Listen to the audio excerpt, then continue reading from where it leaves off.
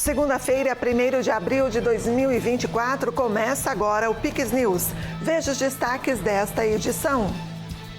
Colheita do pinhão começa na Serra Catarinense. Expectativa é de uma safra 30% maior que em 2023. Governo paranaense promove mutirão de emprego.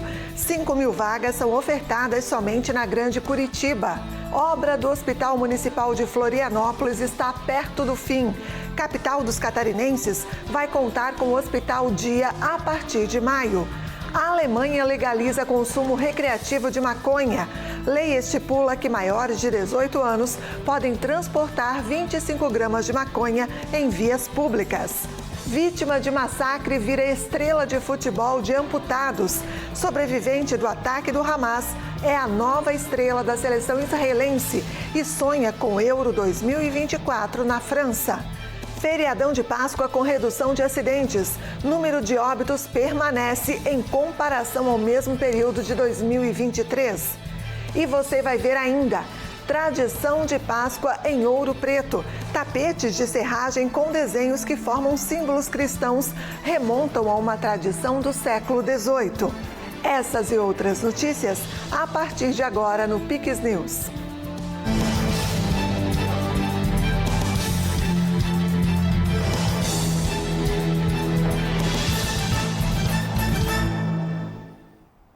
Olá, obrigada pela companhia. Nós estamos ao vivo, agora são 8h02.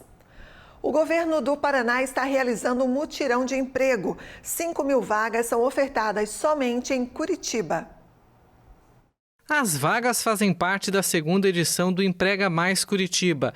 100 empresas da Grande Curitiba fazem parte do mutirão com mais de 5.000 vagas de empregos imediatos. Então o mutirão realmente é para todos os setores. Nós temos construção civil, serviços, comércio, indústria. Nós temos todas as áreas possíveis e imagináveis. Assim como na edição anterior, a ação de empregabilidade terá vagas para diferentes áreas, incluindo oportunidades para profissionais graduados nas áreas de pedagogia, marketing, engenharia civil, direito, educação física, entre outras oportunidades. Então é para todos os públicos, seja o jovem que está em busca da vaga de jovem aprendiz ou estágio, ou então para as pessoas que já têm uma certa experiência, também teremos várias oportunidades. O mutirão vai acontecer na Rui Barbosa, dia 3 de abril, das 9 às 16 horas. Senhas ilimitadas, mas as senhas serão entregues até às 13 horas, para ter também esse controle até para o fechamento do evento. Mas, assim, a nossa expectativa é muito grande, a nossa expectativa é que passe milhares de pessoas e que a gente consiga essa recolocação, até porque são vagas imediatas, são vagas para contratações imediatas.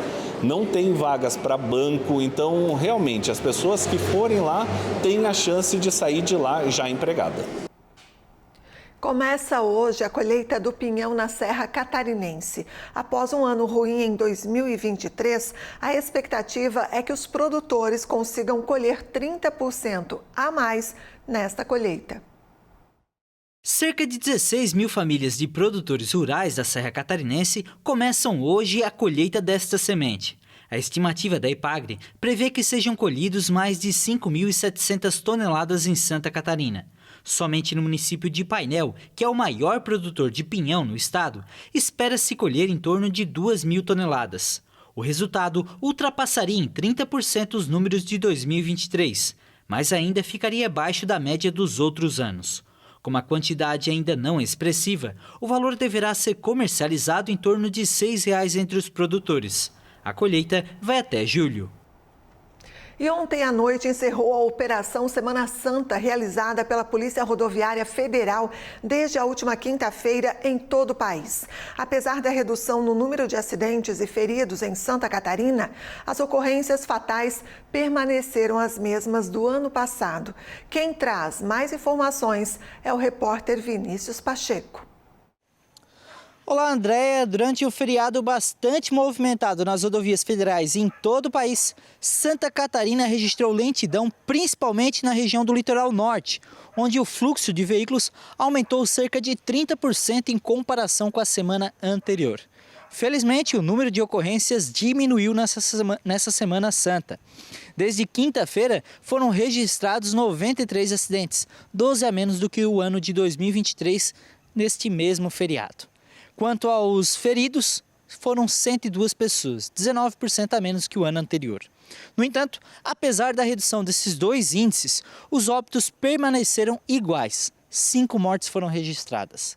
Segundo a PRF, as principais causas dessas ocorrências estão relacionadas à imprudência de motoristas, pedestres e ciclistas. A Polícia Rodoviária Federal realizou fiscalizações preventivas de acidentes durante este período, no qual 222 motoristas foram flagrados dirigindo sob efeito de álcool, 218 ultrapassando em locais proibidos, 42 manuseando o celular e 201 transitando acima da velocidade máxima. Além disso, 222 pessoas foram flagradas sem cinto de segurança e 38 crianças estavam viajando fora da cadeirinha em Santa Catarina. É importante ressaltar que essas infrações colocam em risco não apenas o condutor, mas também colocam em risco a vida de outras pessoas. Vinícius Pacheco, para o Pix News. Obrigada, Vinícius. E além das fiscalizações de trânsito, a Polícia Rodoviária Federal também realizou apreensões de drogas na BR-101 em Santa Catarina durante o fim de semana da Páscoa. Na manhã deste domingo, policiais rodoviários federais apreenderam 143 quilos de maconha na BR-101 em Joinville. Os tabletes da droga estavam dentro de uma caixa no porta-malas de um carro com placas de Minas Gerais, que pertence a uma locadora de automóveis. O condutor de 43 anos não quis dizer onde pegou a maconha e nem qual seria o destino final da droga. Ele foi levado à delegacia da polícia em Joinville e responderá pelo crime de tráfico de drogas. Já em Tubarão, no sul do estado, também na BR-101, na madrugada de sexta-feira, os agentes encontraram 10 mil maços de cigarros paraguaios. O material estava em um carro com placas do Rio Grande do Sul que não obedeceu à ordem de parada e tentou fugir. Quem estava conduzindo o veículo era uma mulher de 44 anos que disse aos policiais que pegou o automóvel já com a carga no Paraná e que deveria entregá-la em Porto Alegre. A motorista foi encaminhada até a Polícia Federal em Criciúma, onde vai responder pelo crime de contrabando. Os cigarros seguiram para o depósito da Receita Federal. E na capital dos catarinenses, uma obra está chamando a atenção. É a construção de um hospital no prédio que antes abrigava o aeroporto.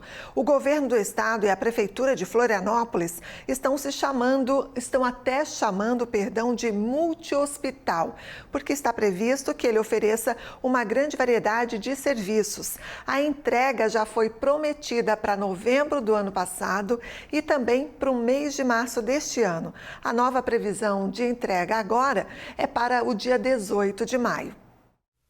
Em Florianópolis, um novo marco na saúde pública está prestes a ser inaugurado, o Multi-Hospital. Localizado no antigo aeroporto da capital, o complexo promete revolucionar o atendimento à população, oferecendo agilidade, qualidade e humanização.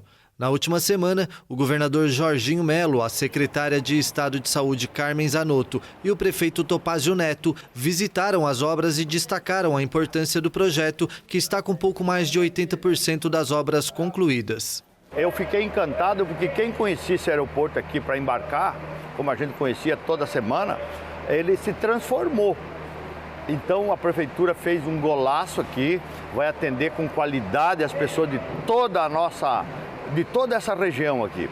E o Estado, claro que é parceiro e será parceiro aqui para ajudar a manter a qualidade de atendimento, aliviar os hospitais próximos, enfim, as especialidades que aqui vão ter, um hospital dia, vai ter uma série de serviços que as pessoas precisam no dia a dia. Aqui também nós vamos fazer em cirurgias de hospital dia, que são cirurgias da área da oftalmologia, da otorrino, cirurgias gerais de pequeno porte. Com isso, as salas de cirurgias dos nossos hospitais da Grande Florianópolis poderão estar fazendo as cirurgias mais complexas. É uma ideia que o governador veja, que ele possa continuar nos apoiando e, essencialmente, a partir do momento que o hospital esteja funcionando, todo o complexo, o governo do estado possa nos ajudar também no custeio dessa instalação, porque nós estamos construindo através de uma parceria com a empresa privada, vamos alugar a estrutura, mas depois temos que manter essa estrutura funcionando com os custos mensais em termos de mão de obra, em termos de equipamentos e assim por diante. Então, esse é o objetivo da visita do governador aqui. O multi-hospital também será um espaço de acolhimento e proteção para mulheres e crianças vítimas de violência. A iniciativa, fruto de uma parceria entre a Prefeitura de Florianópolis e a Polícia Civil, vai oferecer atendimento multidisciplinar e humanizado. Então, nós vamos ter a sala Lila Sul, que é um braço da DPCAM. A DPCAM fica na Trindade. Então, aqui a instalação dessa sala Lila vai fazer com que as vítimas que residem aqui ou que queiram acolhimento, um BO, uma medida protetiva, não precisem se deslocar até a Trindade para ser atendida. Então, é um trabalho diferenciado, assim como ocorre no norte da ilha, em que nós temos uma sala Lila Norte. Então, nós estamos fazendo a mesma proposta aqui no sul da ilha. A ideia é que o hospital possa realizar até 1.000 atendimentos por dia e até 500 cirurgias eletivas por mês. Os procedimentos serão de baixa e média complexidade. O hospital contará ainda com um centro oftalmológico e ótica pública e vai oferecer consultas especializadas, além de exames diagnósticos. A Prefeitura da capital, que encomendou a obra junto à Zurich Airport, dona da concessão e administradora da estrutura, deverá pagar um aluguel de R$330 mil por mês pelo prédio depois de pronto. E você vai ver a seguir: Exército de Israel deixa o hospital Al-Shifa em Gaza. Foram 2 semanas de operação militar que deixou rastro de destruição e mortes. Tem o comentário político com o jornalista Tiago Pereira. E a tradição de Páscoa em Ouro Preto. Tapetes de serragem com desenhos que formam símbolos cristãos remontam a uma tradição do século XVIII. É depois do intervalo, voltamos já. Somos a JJ Hotels Group. Com uma equipe especializada, vamos ajudar o seu hotel ou pousada a crescer nas vendas. Cuidamos de toda a parte de marketing e central de reservas, para que o seu hóspede tenha um atendimento privilegiado e a atenção que ele merece. Além de uma experiência de 10 anos no mercado, contamos com os melhores sistemas para o controle da sua hospedagem. Você se preocupa em receber os seus hóspedes, nós nos preocupamos em levar eles até você.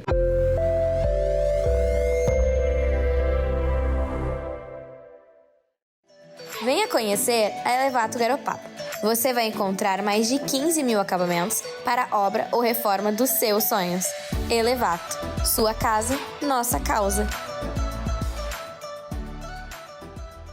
A Casa Azul é uma clínica de psicologia e neurodesenvolvimento infantil especializada em transtorno do espectro autista. Estamos preparados para atender você e sua família num ambiente lúdico e acolhedor. A Casa Azul está no centro de Garopaba. Procure por Casa Azul Garopaba no Instagram e venha nos conhecer. A Viva Flor Garden Center é uma empresa especializada em plantas ornamentais, exóticas e frutíferas. Também temos serviço de paisagismo e execução, uma equipe especializada para oferecer o melhor para o seu jardim. Venha nos conhecer!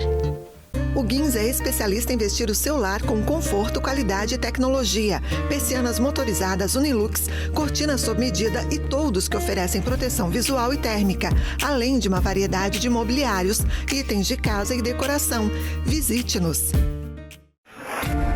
A situação é grave. Todos os dias chegam mais pessoas com sintomas da dengue nos postos de saúde e hospitais catarinenses. Febre, dor de cabeça, náusea, dor no corpo e nas juntas, dor por trás dos olhos, manchas vermelhas espalhadas pelo corpo.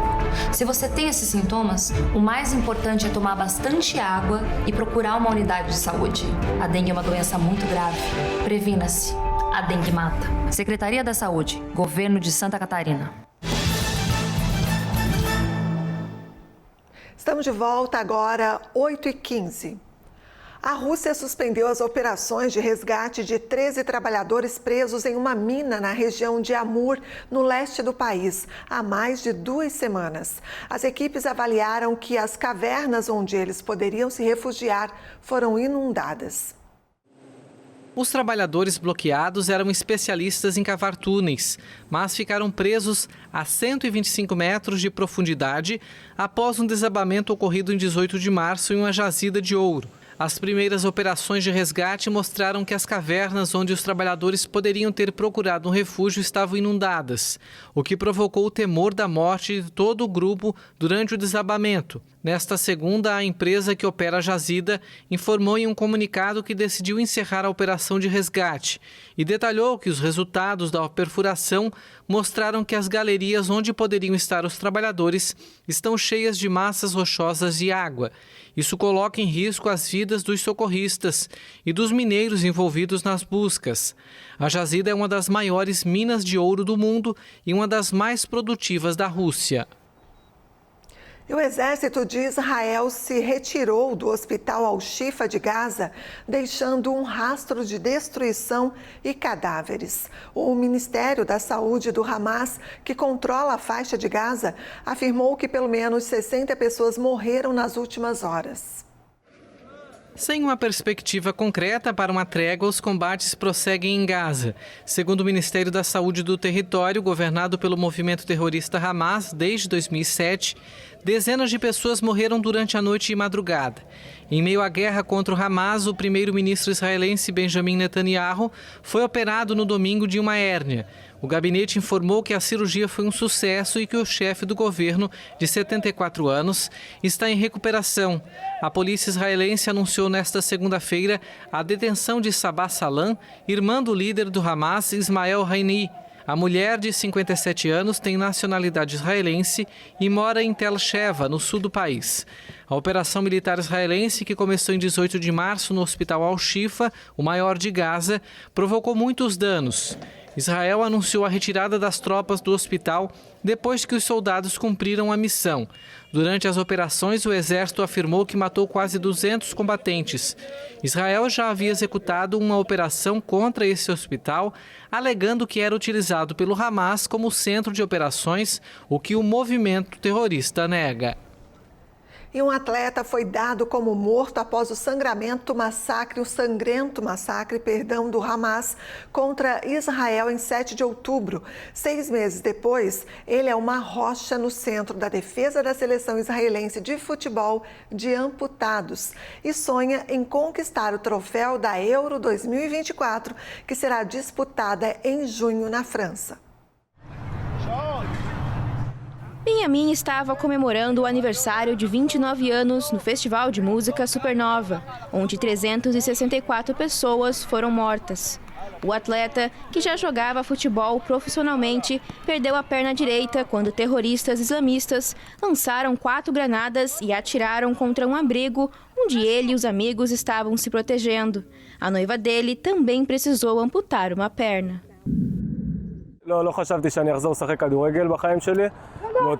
Eu nunca pensei que voltaria a jogar futebol. Tinha certeza que não conseguiria mais correr e treinar, mas 6 meses depois estou aqui me preparando para a Euro.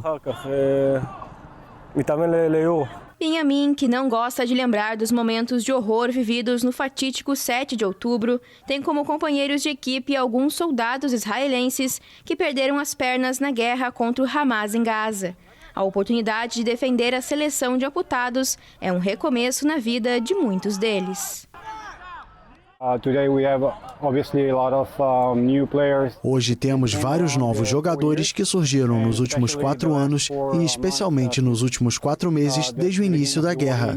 Foi importante irmos até o centro de reabilitação e apoiarmos os jovens que se feriram desde o início do conflito. Mostramos que eles poderiam andar com uma prótese na perna e isso foi bastante legal.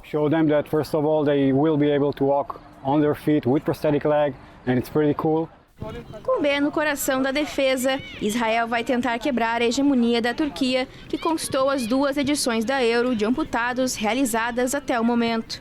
A seleção israelense está no grupo C do torneio, ao lado de Turquia, Irlanda e Azerbaijão. A Alemanha legaliza a partir de hoje o consumo recreativo de maconha, apesar da oposição persistente dos conservadores e de associações médicas que temem consequências negativas para os jovens. A lei estipula que pessoas com mais de 18 anos podem transportar 25 gramas de maconha em vias públicas, cultivar até 50 gramas e ter 3 plantas de cannabis por adulto em casa. Durante a madrugada, centenas de pessoas comemoraram a decisão diante do emblemático portão de Brandemburgo, no coração de Berlim.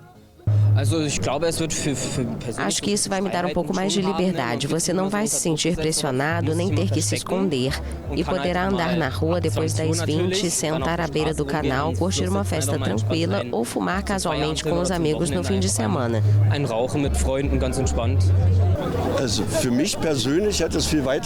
Pessoalmente, penso que poderíamos ter ido mais longe, mas é claro que estou satisfeito com o que alcançamos. Significa o fim da criminalização de milhões de pessoas na Alemanha que foram discriminadas sem sentido por décadas.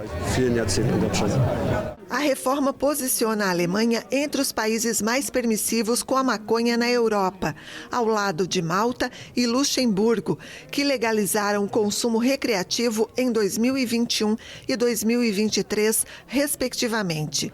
Os Países Baixos, uma nação conhecida durante anos por sua política liberal em relação às drogas, adotaram uma estratégia mais restritiva para reduzir o turismo centrado no consumo de cannabis.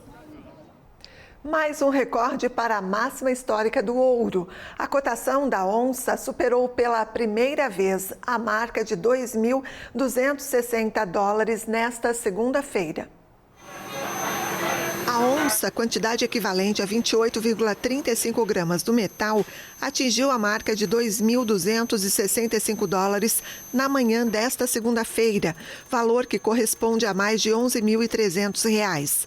A nova máxima ocorre no momento em que os investidores antecipam um corte nas taxas de juros por parte do Federal Reserve, o Banco Central americano, mesmo que dados oficiais tenham mostrado um ligeiro aumento da inflação nos Estados Unidos.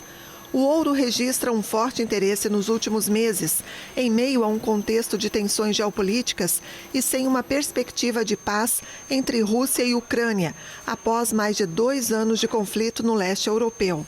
Os temores de que a guerra entre Israel e Hamas na faixa de Gaza se espalhe pelo Oriente Médio também impulsionam a cotação do metal precioso, considerado um investimento seguro nos momentos de crise.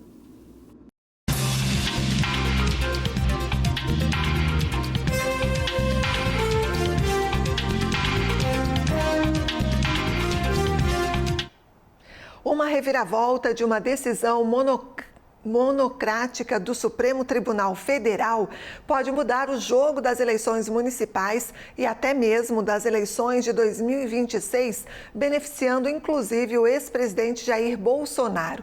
Quem explica isso para a gente é o jornalista Tiago Pereira, que está de volta das breves férias aqui do Comentário Político. Seja muito bem-vindo, Tiago, boa noite. Que história é essa? Boa noite, André, boa noite a toda a nossa audiência qualificada aqui da Pix TV. É mais uma decisão da Justiça brasileira que deixa a gente em dúvida, né?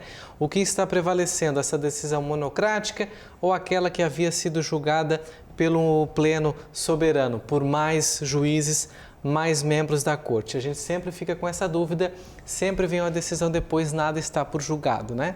E é isso que a gente vai esmiuçar um pouquinho mais a partir de agora, como a gente sempre costuma falar aqui no nosso Comentário Político, né? No último dia 28, o ministro Dias Toffoli deferiu um recurso apresentado pelo prefeito de Magé, no Rio de Janeiro, Renato Cozzolino, concedendo a ele a elegibilidade para as próximas eleições e anulou uma decisão do Tribunal Superior Eleitoral. Em junho de 2023, o TSE havia declarado o Cozzolino inelegível por um período de 8 anos devido a um crime de abuso de poder político cometido durante a campanha para as eleições de 2018, quando o político concorria a uma vaga na Assembleia Legislativa lá do Rio de Janeiro. Na ocasião, os ministros do TSE concluíram que durante a campanha ele empreendeu atividades sociais em troca de votos. Mesmo assim, Cozzolino acabou sendo eleito naquele ano deputado estadual e agora Dias Toffoli, portanto, menciona que Cozzolino participou dos eventos sociais sim, de cunho social e assistencial, nos quais diversos serviços gratuitos já eram oferecidos pelo governo do Rio. antes do período eleitoral e destacou que não houve utilização de recursos públicos, solicitação de votos ou menção à suposta candidatura do candidato. Todos os juízes daquela época, então, viram essa obviedade agora tão vista por Dias Toffoli? Como fica? É a pergunta que a população faz. Ora, se por essa decisão, esse prefeito aí que escapou dessa decisão livre para concorrer à reeleição, Bolsonaro, portanto, tem todos os precedentes para reverter essa inelegibilidade aplicada para ele lá no ano passado. Tendo em vista que uma reunião com embaixadores e o questionamento do processo eleitoral, que é organizado, realizado, fiscalizado e validado por um único órgão, como a gente sempre fala aqui, nesse caso o TSE é esse mesmo que errou, melhor dizendo, ao julgar o Cozzolino. Não pode ser, portanto, um parâmetro para algum crime eleitoral, ferindo, portanto, a nossa Constituição, que deixa bem claro: todo brasileiro tem o direito de votar e ser votado. Aliás, votar é uma obrigação, né? O ser votado é meio questionável, porque para você poder ser votado nas urnas, você tem que passar pelo crivo dos partidos, as convenções partidárias. Então não é bem assim, né, a Constituição, votar e ser votado. Votar sim, é uma obrigação, aliás, é um dever. Agora, ser votado fica meio a decisão aí dos partidos, dos correligionários nas convenções partidárias, que inclusive vai ter esse ano aí em agosto as convenções para as eleições de outubro. É isso aí. Tiago, mudando um pouquinho de assunto agora, um outro, assunto sobre as compras do exterior. Nós tínhamos falado aqui que mostramos, inclusive, que a taxação, porventura podia aí fazer com que a procura pelos brasileiros reduzisse, caísse, baixasse, enfim. Como ficou isso? Se concretizou? Se concretizou, baixou bastante, inclusive baixou também a arrecadação, que na verdade o governo queria ao contrário, mas o brasileiro mostrou, olha, se vai estar mais caro, eu vou comprar no mercado nacional e o internacional vai deixar de vender e, obviamente, consequentemente, o governo vai deixar de arrecadar, né? É isso mesmo que aconteceu, André. No quesito econômico, nós estamos ruim. Obrigado. Como diria o Ciro Gomes, uma tragédia anunciada, já que ainda em campanha Lula havia anunciado Haddad ao cargo e mesmo assim pequena maioria da população optou em trocar o certo pelo duvidoso. Aí deu no que deu, ou melhor, está dando no que está dando. A necessidade de cobrar em tudo e de todos para mais que duplicar os ministérios, fingir que os móveis do Planalto haviam sumido para renovar o mobiliário, parece que não deu muito certo. O brasileiro acordou e não caiu no conto do vigário, ou melhor, no conto do Haddad. O programa criado para ele e por sua equipe, chamado de Remessa Conforme, que esperava arrecadar 2,8 bilhões de reais com o fim da isenção do imposto de importação para compras online internacionais de até $50, instituído uma alíquota aí de 20% para o tributo, virou água. As compras que não existiram reduziram 13 bilhões em arrecadações. É porque o brasileiro acabou comprando no mercado nacional, optou em não comprar lá fora, porque a gente trouxe gráficos aqui de que algumas mercadorias o valor praticamente dobrava. Então não estava, ou melhor, não está compensando. E se não houve compra, não houve arrecadação. Na mesma seara, na mesma decisão, já com a tributação dos juros sobre o capital próprio, uma forma aí de remuneração das empresas aos acionistas, o governo esperava obter um montante de adicional aí de arrecadação de 10,4 bi, mas no relatório bimestral, sabe quanto? Não arrecadou nada, zerou. Só a Ambev, que é a gigante das bebidas, muitas das cervejas que vocês compram, que a gente compra nos mercados, está relacionada a essa marca, ela esperava-se arrecadar 1,8 bi, mas a realidade foi outra, ou seja, também não arrecadou nada. E como diz aquele ditado, o Zé Fini, por hoje deu. Isso é prova que o brasileiro acordou, né, André e audiência, e não está mais caindo nessas medidas aí que o governo cria uma atividade, um mecanismo para arrecadar mais, o brasileiro vai por outro lado. Os empresários e os acionistas também preferiram abrir mão dessa isenção, né, do que fazer a declaração e aí o governo arrecadaria mais. Portanto, parece que essas medidas não deram certo efetivamente. A matemática sempre prova e não deixa mentir, né? E antes da gente encerrar, atualizando as informações, o relator da cassação, daquela decisão impetrada aí pelo PT e pelo PL contra o senador Sérgio Moro, ex-juiz Sérgio Moro, ex-juiz da Lava Jato, pedindo a cassação do mandato dele, o relator votou pela improcedência do julgamento. Ele está dando o recado aos demais membros do Tribunal Regional Eleitoral do Paraná de que não se deve prosseguir com a cassação. Agora vai para a votação dos demais membros, né, da Corte Eleitoral para decidir se votam ou não pela cassação do ex-juiz, agora senador. Decisão parecida que ainda vai ser votada pelo senador por Santa Catarina, o Jorge Seife, ambos da oposição. Jorge Seife em outro partido, Partido Liberal, né? Então aí, se essa decisão vier pela cassação dos dois senadores, a oposição brasileira fica enfraquecida e os suplentes aí assumem no Senado Federal decisões que a gente ainda vai aguardar, talvez a gente fale na quarta ou na sexta-feira. Aguardamos então, até lá. E mais uma vez, bem-vindo. Obrigado, boa noite a todos, a gente se vê na quarta-feira com mais informações da política. Ok, até lá então. E nesta época do ano, as ruas e ladeiras da cidade mineira de Ouro Preto se enchem de cor. São os tradicionais tapetes de serragem que encantam turistas e moradores. As celebrações da Páscoa ganham um colorido especial em Ouro Preto, em Minas Gerais. Os tapetes de serragem enfeitam muitas ruas da cidade. Moradores e turistas ajudam no trabalho de montagem. Os desenhos formam símbolos cristãos, em uma tradição que remonta ao século XVIII. Estou achando maravilhoso o envolvimento das pessoas na preparação, é uma coisa coletiva, comunitária, muito emocionante e tem um contexto religioso muito bonito também. Eu acho que manter essas tradições aqui em Ouro Preto é fundamental, até porque para que possa gerar uma cultura nas pessoas, na fé, na esperança, né? A passagem dos fiéis sobre os tapetes ocorreu neste domingo.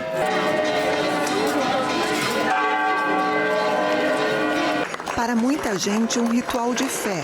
Para outros, um espetáculo a mais em uma cidade histórica.